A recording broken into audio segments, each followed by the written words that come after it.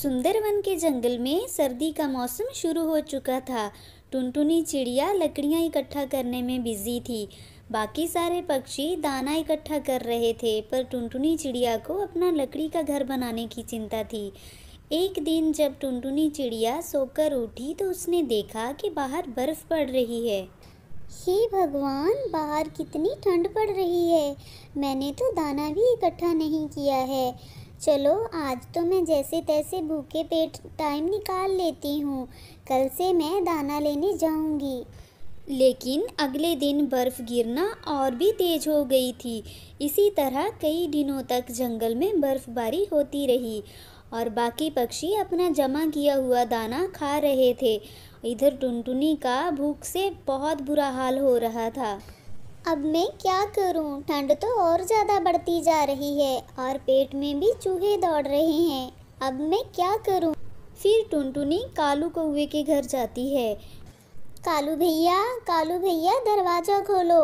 हे भगवान, इतनी ठंड में ये टुनटुनी कहाँ से आ गई है? पता नहीं इसको मुझसे क्या काम है।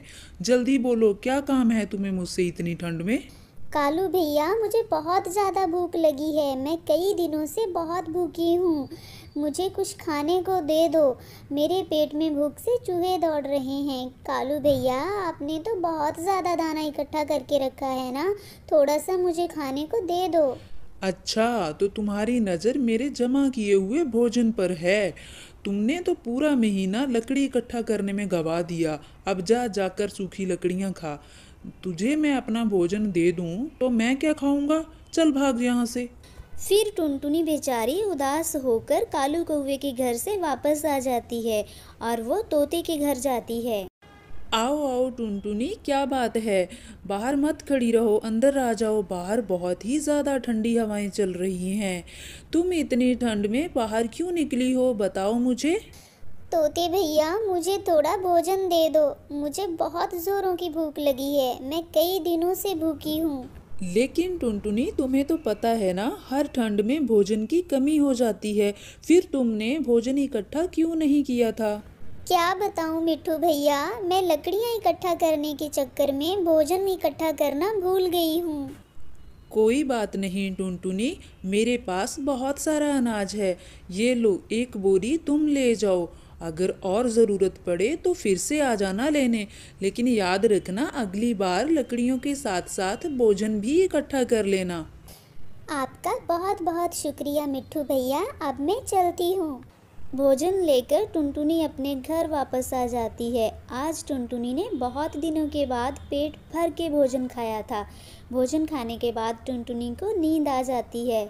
उसी रात जंगल में बहुत तेज़ बर्फ़ का तूफान आ जाता है, जिससे सारे पक्षियों के घर टूटकर नीचे गिर जाते हैं। मिट्ठू भाई, अब हम क्या करें? इस तरह खुले में रहे तो हम सब अकड़ जाएंगे। क्या करें, कुछ समझ में नहीं आ रहा है। कोई कुछ उपाय बताओ।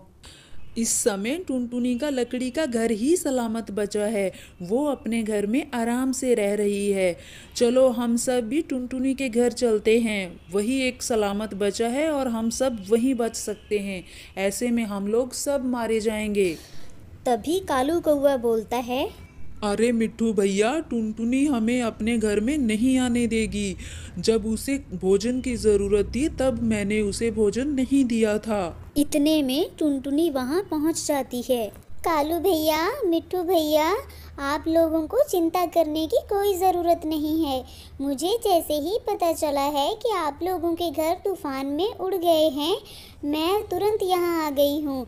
मेरा घर लकड़ी का बहुत ही ज़्यादा गर्म है, उसमें आप लोगों को ठंड भी नहीं लगेगी। चलो, आप सब मेरे घर में रहो आके।